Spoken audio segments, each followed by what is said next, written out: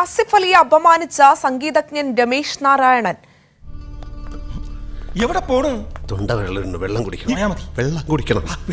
ഇത് കണ്ടിട്ട് കുടിച്ചാൽ മതി. അദ്ദേഹത്തിന്റെ മനോഭാവം ആ സമയത്ത് എന്തായിരുന്നു എന്ന് നമുക്കൊക്കെ വായിച്ചെടുക്കാവുന്നതാണ്. അവിടെ പങ്കെടുത്ത എല്ലാവർക്കും വായിച്ചെടുക്കാവുന്നതാണ്.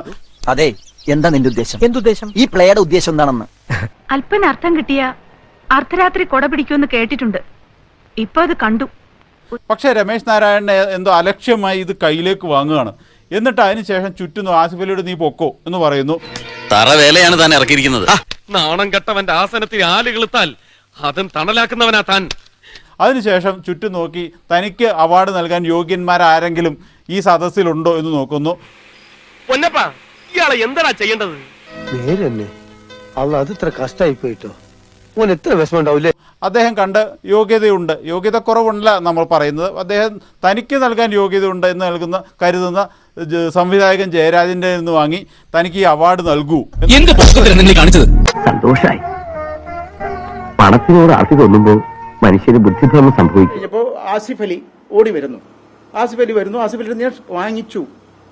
ആസിഫ് അലിയുടെ നിന്ന് ഈ മൊമെന്റോ വാങ്ങിച്ചു. എന്നിട്ട് പക്ഷെ എനിക്കൊരാഗ്രഹം ഉണ്ടായിരുന്നു, ജയരാജും കൂടി ഇരിക്കുന്നുണ്ട് മുന്നിൽ. അപ്പോൾ ഒറ്റയ്ക്കല്ല, ജയരാജും കൂടെ ഈ വേദിയിൽ വരണം. ഇങ്ങനെ പറഞ്ഞോണ്ട് നിൽക്കാതെ കൊടുക്കൂ അടി ശവത്തിന് എന്നൊരാഗ്രഹത്തിലാണ് ഞാൻ ജയരാജനും കൂടെ ഇങ്ങോട്ട് വിളിക്കുക. ജയരാജനും കൂടെ വിളിക്കുന്നു. ആസിഫ് അലി ഇത് എന്റെ കയ്യിലിരിക്കുക. നിന്റെ പൊളിച്ച വർത്താനവും പൂങ്കണ്ണീരും കത്തിക്കും ഞാൻ. ജയരാജ് വരുന്നു. ജയരാജ് വന്ന് കഴിയുമ്പോഴേക്കും എനിക്ക് പിന്നെ ആസിഫ് അലി ഇല്ല അവിടെ. ആസിഫ് അലി അപ്പോഴേക്ക് പോയി കഴിഞ്ഞു.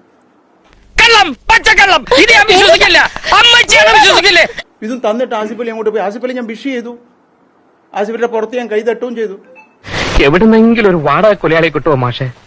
അവനെ തട്ടിക്കളയേ നിവർത്തിയുള്ളൂ. അഹങ്കാരം ഞങ്ങൾ സഹിക്കില്ല. ഇതെല്ലാവർക്കും ഒരു പാഠമായിരിക്കട്ടെ.